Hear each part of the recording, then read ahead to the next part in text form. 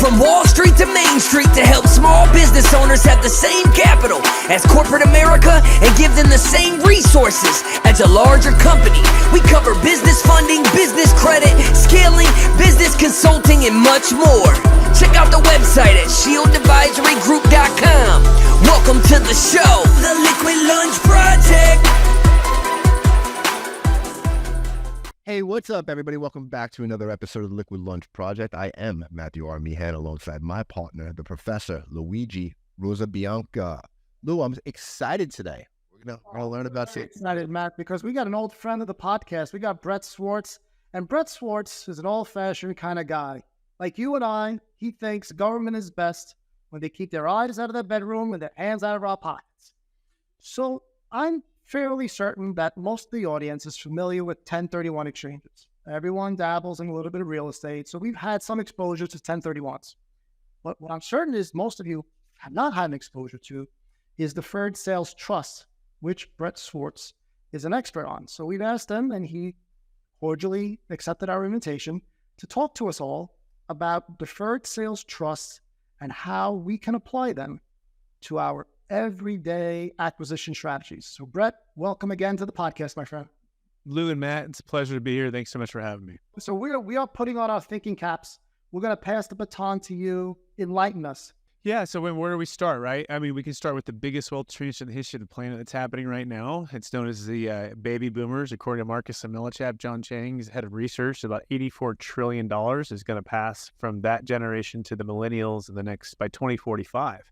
And 50% of the total wealth in America is tied to high-end primary homes, investment real estate, and private equity, which is businesses. And every single day, there's about 10,000 baby boomers turning 65 in the U.S. alone, and there's 77 million in the U.S. alone. And so we're seeing the largest wealth transfer in the history of the planet happening. And the question is, what do we do about it?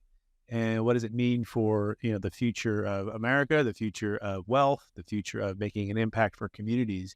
And that's where we focus like a laser on having what's called capital gains tax solutions for these particular clients that are looking for ways to grow wealth. And it doesn't just have to be baby boomer. A lot of our clients are entrepreneur real estate folks that want options beyond the 1031. They want options beyond, interest rates that have jumped and doubled in the past year, and cap rates that are, maybe gone down some depending on the asset type you're buying, right? But sellers still holding on. And so we come in and we just try to, build a tax flow mindset around this, because if you remember, the Freedom for America happened with the Tea Party in Massachusetts, right? And now we're seeing a reverse. If taxes continue to rise and governments continue to spin out of control, they have a spending problem. That means we have a tax problem, and that then the ability to keep money and the wealth in the hands of the people will determine the freedom, a lot of the freedoms that we sometimes take for granted, I think. So that's where we're at. It's a bigger picture than just cash flow. It's tax flow, it's impact, it's freedom for America in the next 20 years. We love that. We are all about tax mitigation and deferment, right? So tell us, how did you get into the tax solution space? It was through the pain of the 2008 crash. I think a lot of people got into real estate and or defined if they're really serious about their investing, and things clarified, like COVID kind of did a couple of years ago for people and their lifestyles and what they're doing with their time and their energy. 2008, clarified the financial plans for a lot of our clients. And so friends, family, and clients lost half or everything when I was practicing multifamily brokerage. And I still am multifamily brokers at Marcus and Millichap. And I was with, in Sacramento, one of the biggest boom bust cities in America. And we found that, clients, friends, and family lost half or everything within a 3-year period of time, mainly due because they overpaid and had too much leverage, too much debt, not enough liquidity. And, obviously the banks, got a tough position, like we're seeing some similarities now, and they lost. And we're going, why? Well, the main thing we found was that 1031 wasn't always your friend. We thought we were the Navy SEALs of investment real estate, but we got, like a lot of people, learned a lot of things the hard way, right? And that's when the Deferred Sales Trust, at least I learned about it. Now it goes back nearly 30 years now, guys, and it has thousands and thousands of closes, billions of assets sold using it. Never had a change on any of the audits for the tax attorneys that are my business partners who I work with. But most people just don't know about this or don't want you to know about it. And so that's where we, once we figured it out, we started to just implement the strategy and help people understand what it is and how to implement it. And that's really the game changer here. You don't have to do a 1031. You don't have to pay a ton of capital gains tax on the sale of a primary home or a business or cryptocurrency, and you can diversify the wealth. And the best part, you can diversify back into real estate. But here's the key: at optimal timing.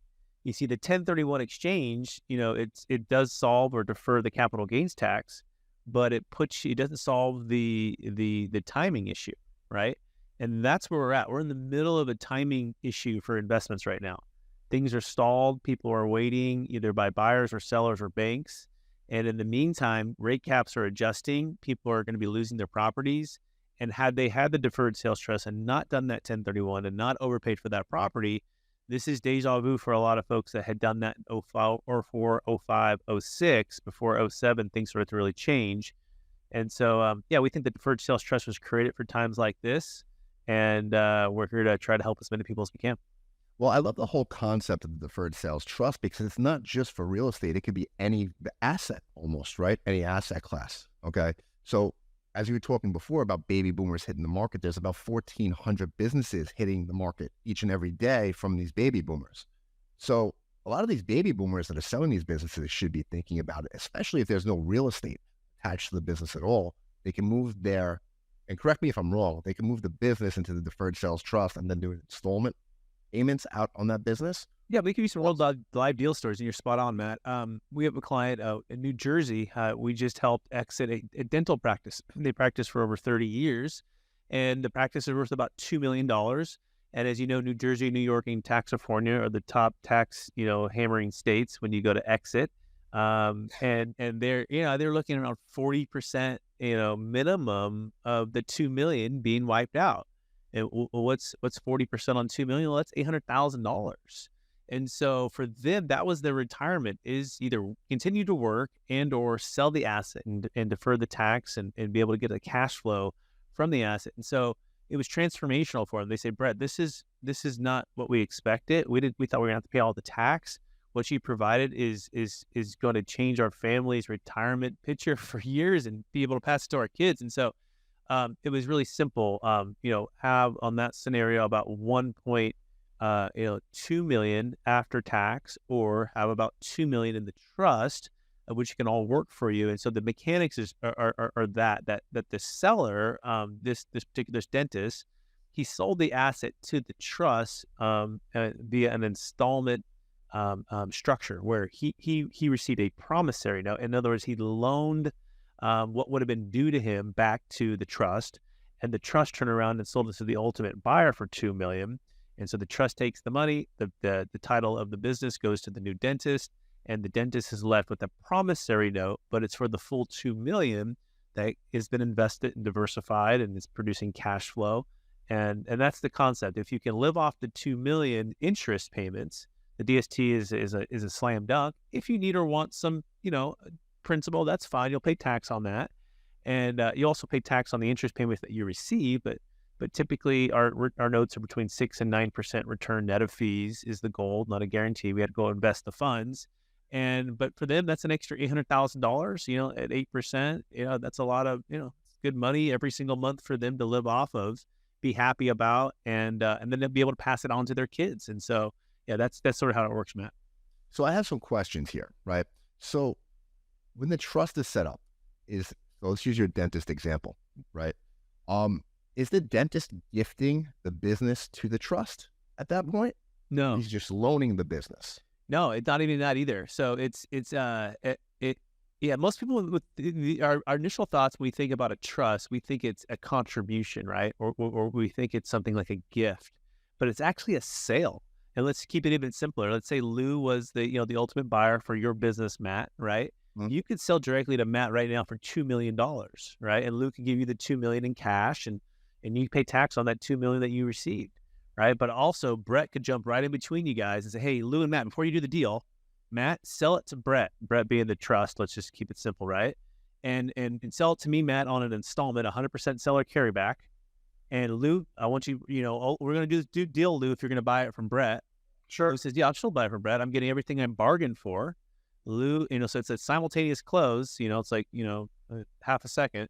And now Lou has the business, he's gone, and you truly sold it, except you sold it on installment. Now you could have financed Lou 100%, but that's not great because Lou may or may not be a great dentist. He may or may not run that business into the ground, and your money's not diversified, it's not liquid, and it's not going back into your next real estate or dentist business, right? And that's the power of the DST. Not only do we give you the ability to defer the tax, but we give you the optimal timing to go back into your next entrepreneurial venture or be passive and just invest into passive real estate or other deals. People go into the stock market, right? Diversify the wealth. I mean, that's the beauty of this structure and why it works so well for so many people. Now, Brett, using your example, and God forbid would I let Matthew's hands into my mouth, but just let's use this example. What is Matthew's cost basis when he's transferring that business asset to the Brett Trust? Great question. So it's typically zero, right? Especially, we work with tech entrepreneurs. We work with, businesses of all different types that are selling assets. But businesses, generally speaking, a lot of the businesses are of zero basis. There's not a lot left after, especially multiple years of ownership. So in this scenario with the dentist, his basis was zero, and then let's say Matt's was zero, right? And that's where we have a $2 million gain. If he was in New Jersey, it'd be a 40% tax. It's $800,000 is the estimate. It's a good rule of thumb. If he's in somewhere like Texas or Florida, more tax-friendly, say like in Nevada, it's about 25% because you still have federal and typically Obamacare-ish, depending on the asset sale. It may or may not apply for a business sale, but we all look at those things. But yeah, in this scenario, let's assume that the basis is zero, right? Now, when he sells it to the trust, his basis is still zero, but he receives no money at the closing, right? To the extent he receives no money, he's in a complete tax deferral state. That's what an installment sale is. It's IRC Section 453. It's known as a seller carryback. Matt sold the property on terms, right?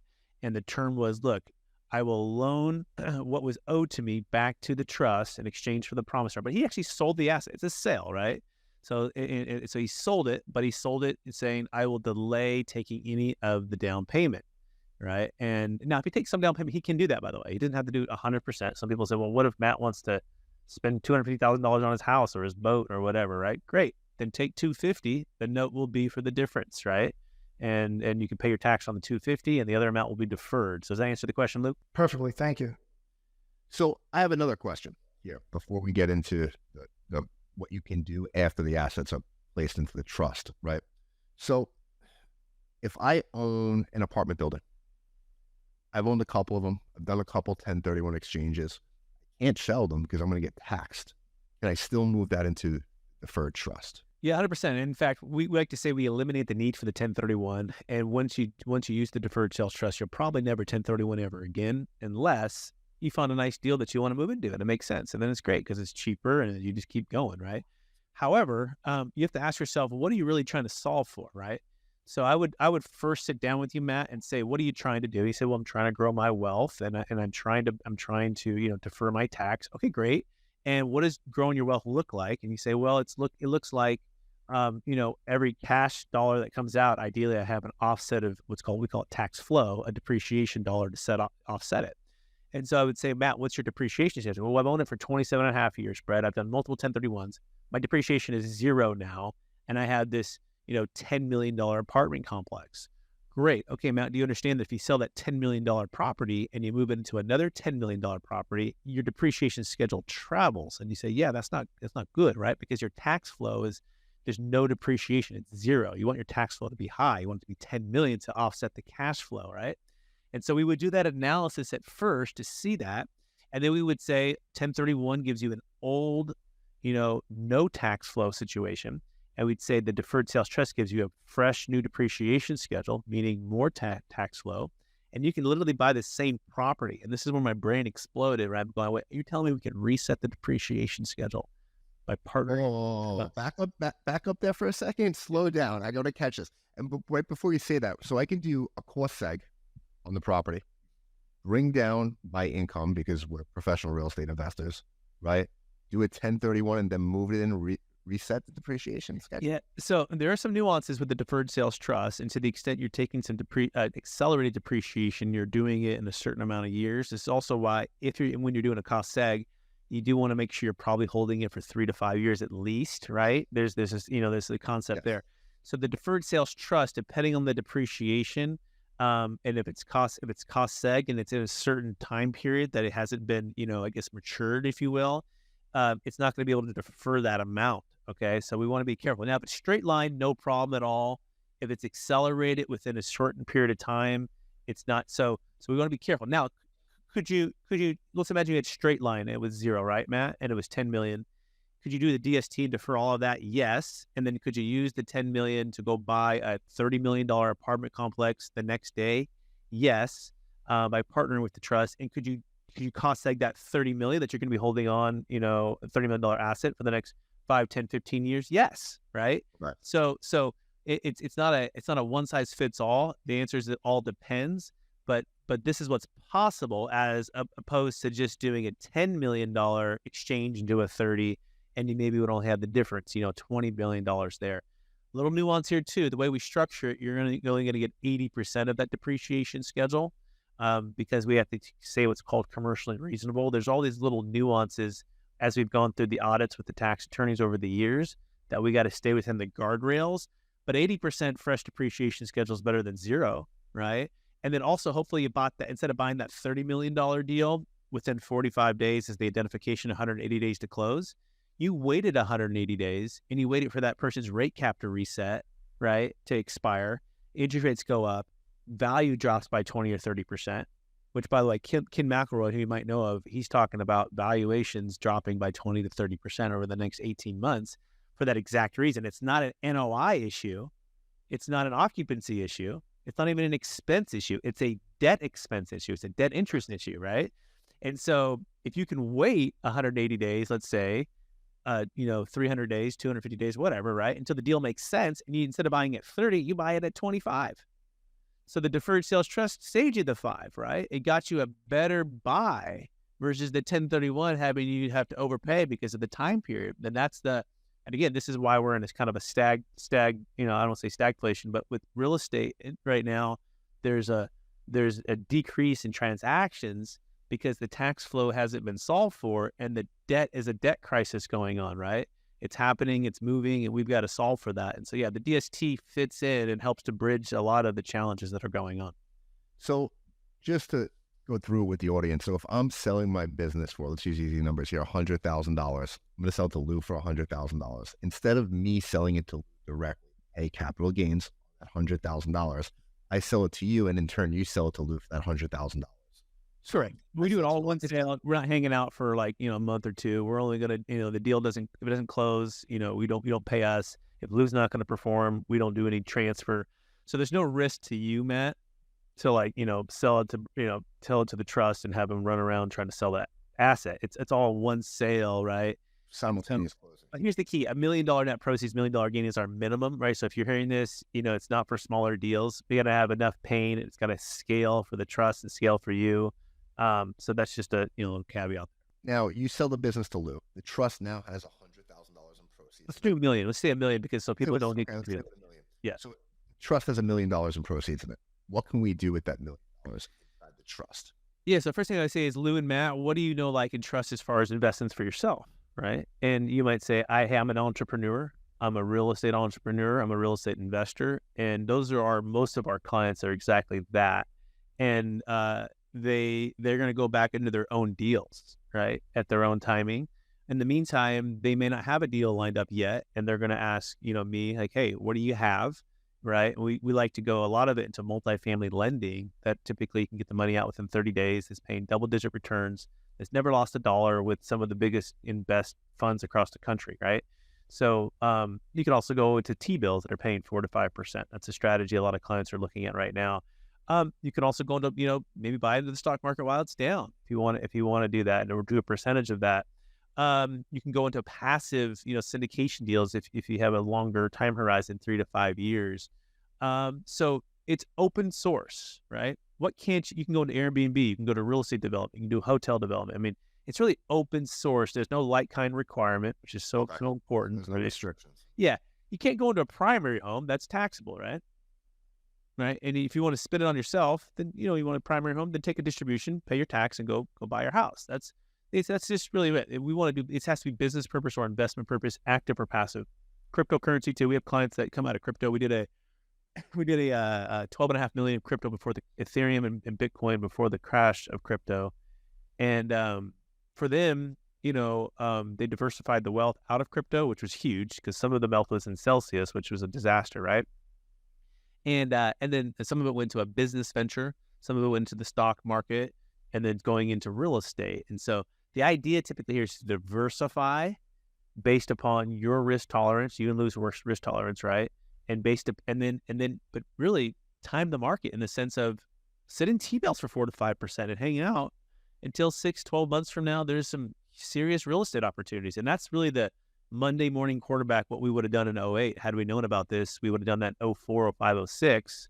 We would have sold everything, paid off all of our debt, diversified all of our wealth, sat in T-bills at the time, which maybe not as favorable as it is now, and waited for the marketplace to crash and buy everything at a discount. That's playing it back, but at least now we have an opportunity to do that. Whereas a 1031 will never give us that opportunity. It never has, never will, and it doesn't solve for timing. It only solves for capital gains tax deferral. Brett, can you give Matt and I and the audience a gauge on how the DST service fees are structured? Yeah. Is it a flat fee? Is it proportionate to the asset value? Just give us some. Yeah, let's do the quick fees, and then let's talk about how to make the DST an investment and not an expense. So the first thing is, let's keep it simple. Let's say it's $1 million business sale, real estate sale, crypto exit, whatever, right? $1 million. By the way, this also works for public or private stock. It works for artwork and collectibles. It works, again, primary homes, businesses. Primary homes need to be about a $2 million gain, because you have that $500,000 exclusion. But so let's go back to the fee. So let's say it's $1 million business sale to keep it simple. It's $15,000 one-time fee. That covers lifetime audit defense. That's the first set of fees. Really simple. Tax attorney. And it's conditional, though. You don't pay that or pay any hourly or anything up. Everything will set up. Talk to your CPAs, talk to your attorneys, talk to the M&A advisors, talk to whomever, educate them, get them all, hopefully all on board, right? Now we exit, we get paid at closing. They get paid at closing. Now, trustee fee, myself, with the financial advisor, with the financial team, we try to build like a family office environment. We have a third-party tax preparer. We have a third-party financial advisor. We have third-party commercial real estate operators we work with, and we have me as the trustee. Collectively, it's 1.5% to 2% on the AUM, right? So let's imagine he owned it free and clear. Let's just say he netted $1 million into the trust. It's about $15,000 to $20,000. Now our goal is to typically return 6 to 9% net of that recurring fee. So let's say it was 8% was the risk tolerance that Matt or Lou scored, right? It's a compounding 8%. So on $1 million, it's $80,000 a year.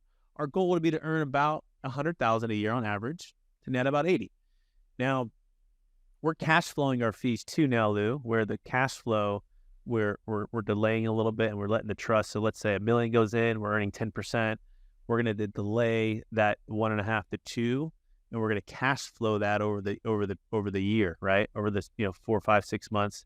And so a goal is to say Matt or Lou would have paid $400,000 of tax, had $600,000 instead. There's $1 million that's earning $80,000 a year on average, right? And that's net of the fees is the goal, right? And that's the idea. And over 10 years, the law of compounding interest kicks in. Let's imagine Lou or Matt didn't take any distribution, although you're going to take distribution, right?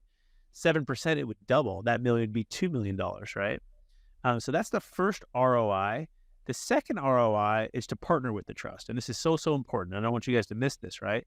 Because at first, you're just a lender and you're just getting your 8%. And for real estate entrepreneurs or business people like ourselves, guys, we might say, well, that's okay.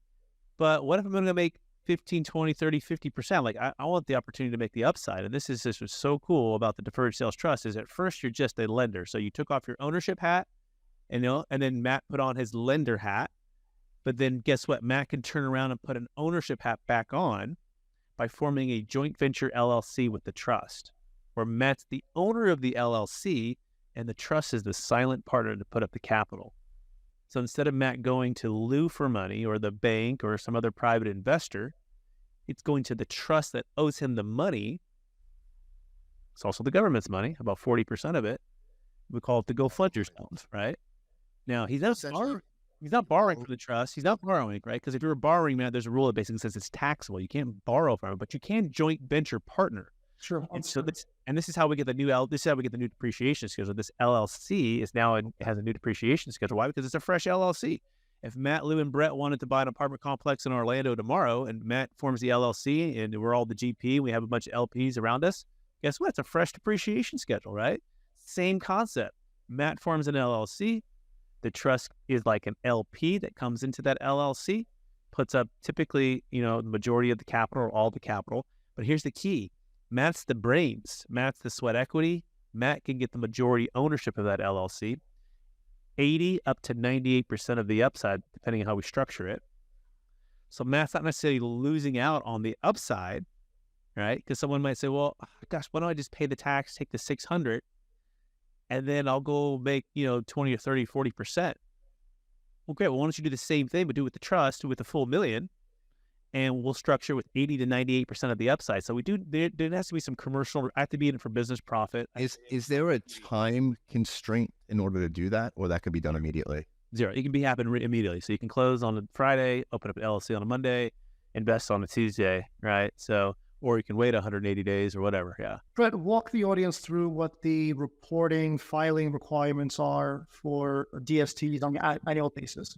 It's a great point, Lou, because any idea, and by the way, every tax strategy works until it's audited, right? Like they all work until you're audited, right?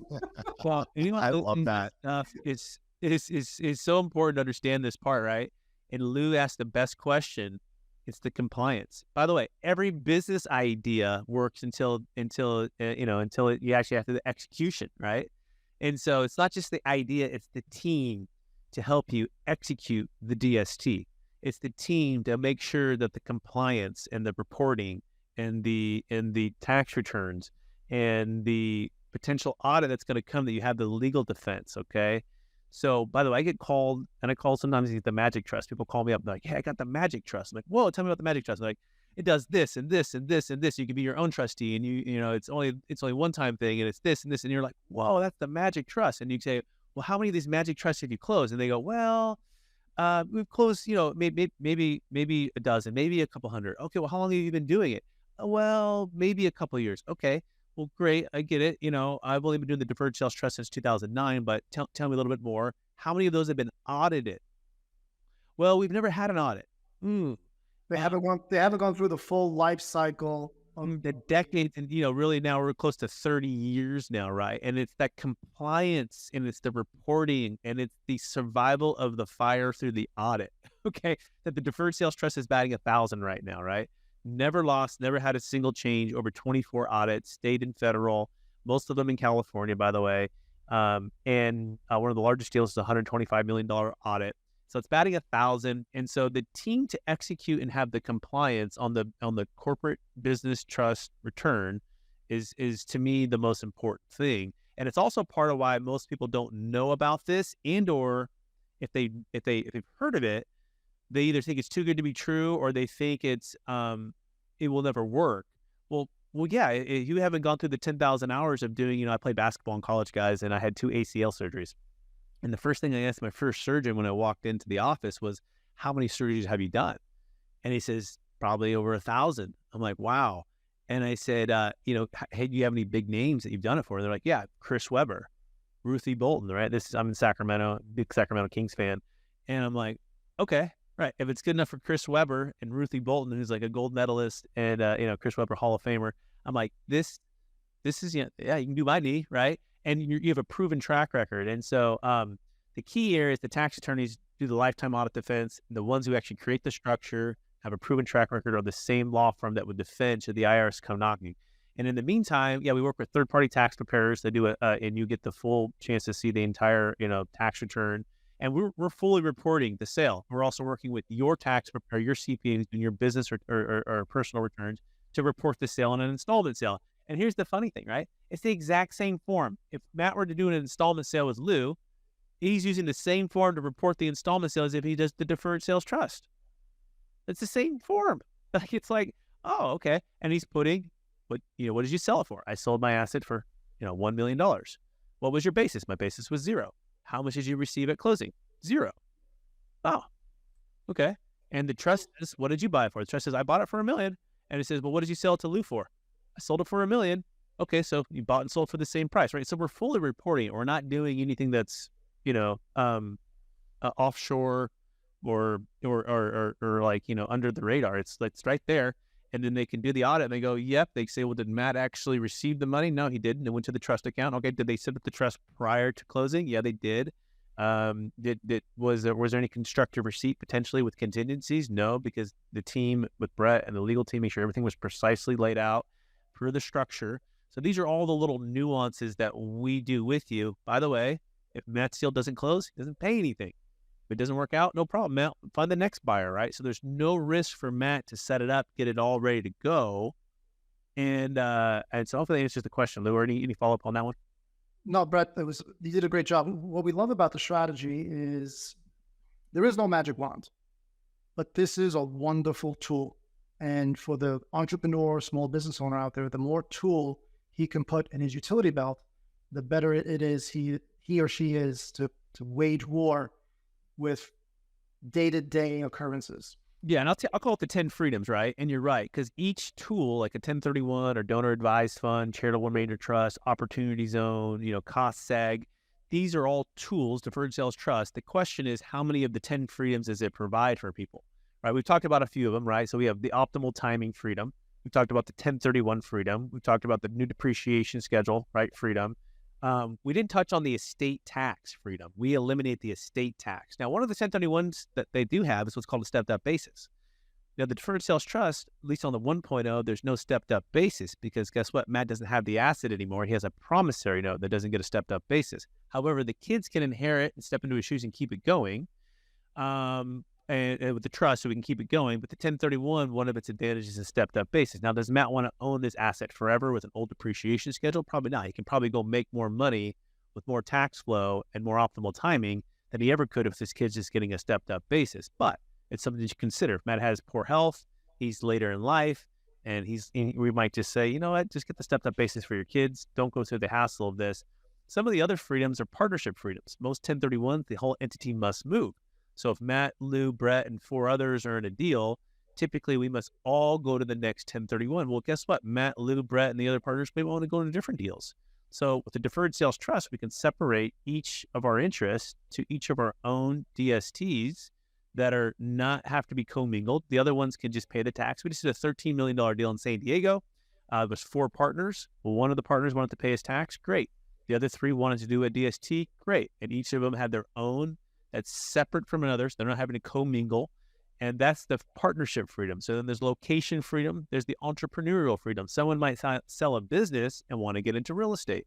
I had a client, Shay Pope, he sold a $2.6 million business in Alabama, and then he purchased and built 70 multifamily units in Tennessee. So he went from a non-like-kind business to in development real estate, tax deferred. So this is his entrepreneurial freedom, right? And so the last one I'll leave is income tax deferral, right? You can also defer income tax. So Matt might sell it for $1 million, defer, about $400,000 of tax. He can also delay that $80,000 income tax. He might say, Brett, I don't live in Florida yet. Let's imagine he lived in New York, but I want to move to Florida next year. Can I sell in New York for $1 million, defer the tax of $400,000, and delay that income, $80,000 income? Fly, move into Florida, establish residency, then the trust can turn on the income, and guess what income tax he's getting? It's based upon Florida.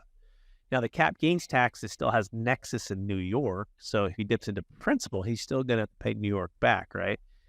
It's still there, it's still owed to them. It's just in a deferral state. So these are all the different freedoms. We're in a 1031. If you run out of depreciation and your cash flow is coming in, you're paying tax, right? And so the DST gives you some of those freedoms. So hopefully that helps Lou to kind of wrap that up here. Deferred Sales Trust. Is that just a trademark name? What is the actual type of trust? Yeah, it's not trademarked. It's just a made-up name. It's not going to find that in the tax code. The tax code is IRC 453, known as an installment sale or seller carryback. We do also have ones called a Deferred Sales Trust Plus that moves it outside the taxable estate.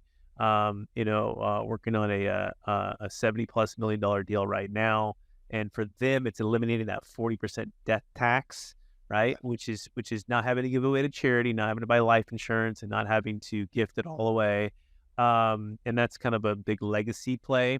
It's a little bit of different tax code that we use on that one.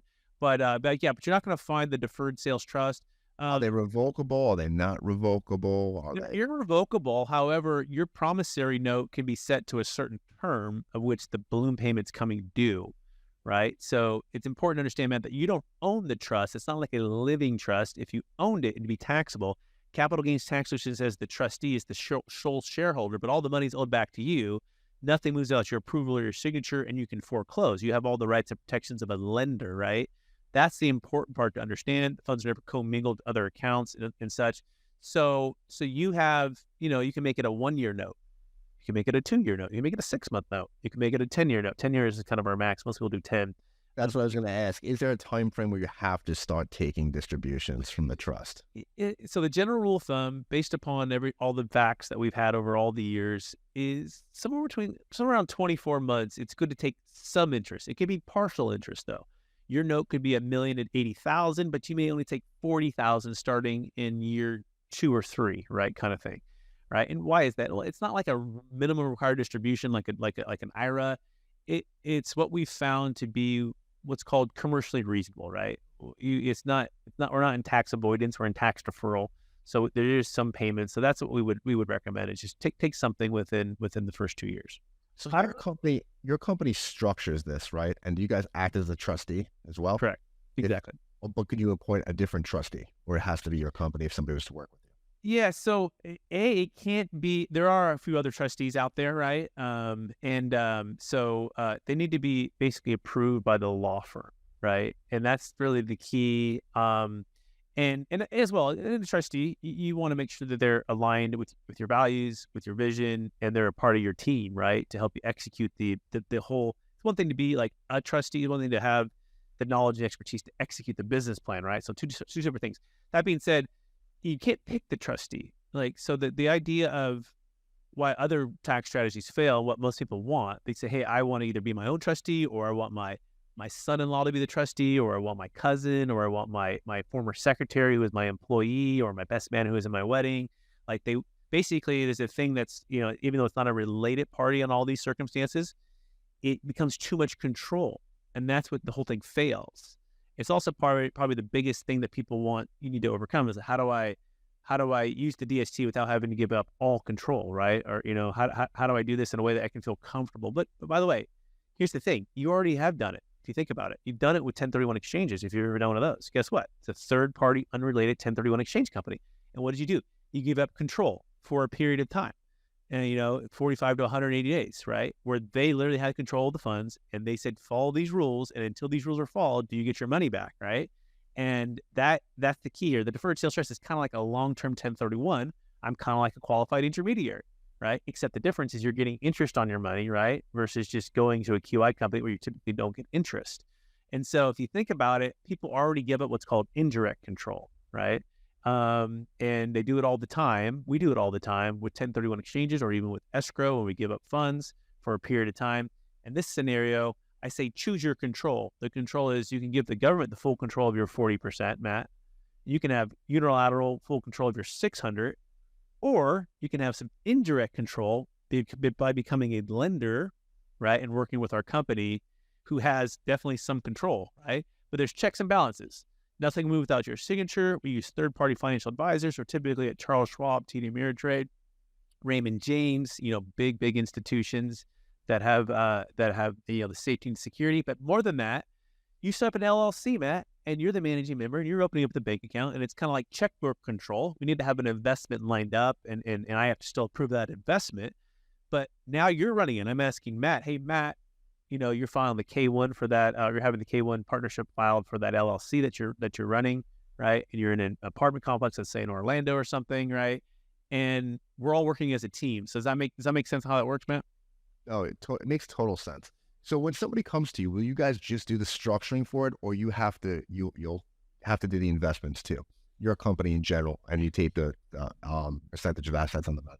Yeah, it all depends, Matt. So some of our clients, like you guys, right? You guys already, like, I'll give you David Sloan. Okay, we've done 5 GP exits with him, totaling over $120 million of multi-family syndications. Which he was the GP and had a lot of LPs, so his amounts were smaller on the exits, right?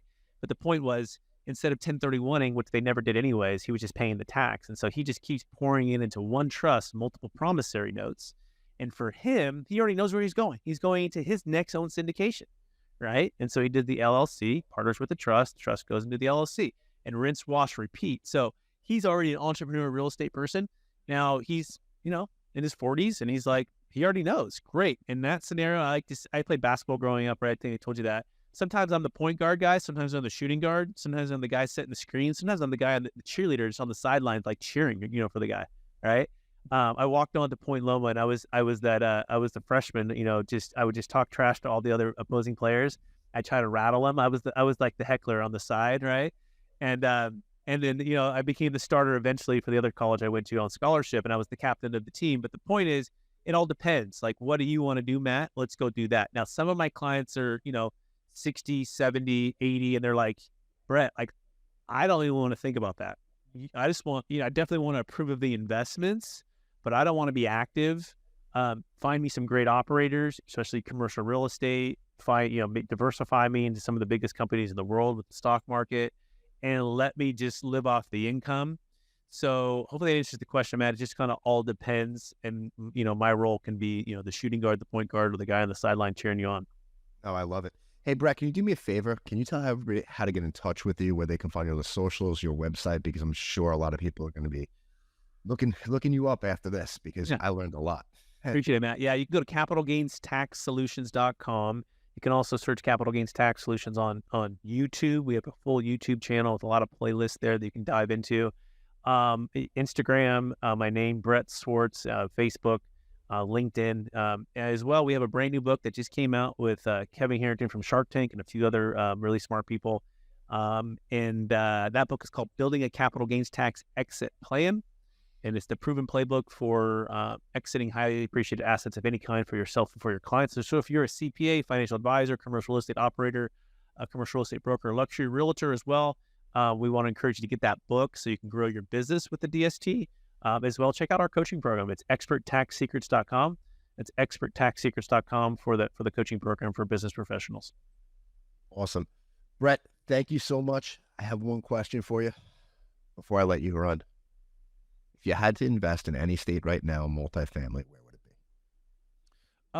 One state. If I only had to pick one state, it'd have to be Florida, because I just moved there 6 months ago from Taxifornia, and for that, there's the demographics, the net migration into the state, the business friendly environment. We're living in St. Johns County, one of the best school systems in all of. So I'd probably be in St. John's, St. Augustine area, just because that's local to where I'm at right now. And I love that there's 15 minutes from the ocean, 15 minutes from the river, and it's still, I think, more affordable than like the Miamis, right? The southern Miami or southern Florida stuff. So you have some more affordability there, so you can probably get a little bit better deal, because I know Miami's been so hot and expensive for a while now. So I would say northern part of Florida. Brett, thank you so much. Everybody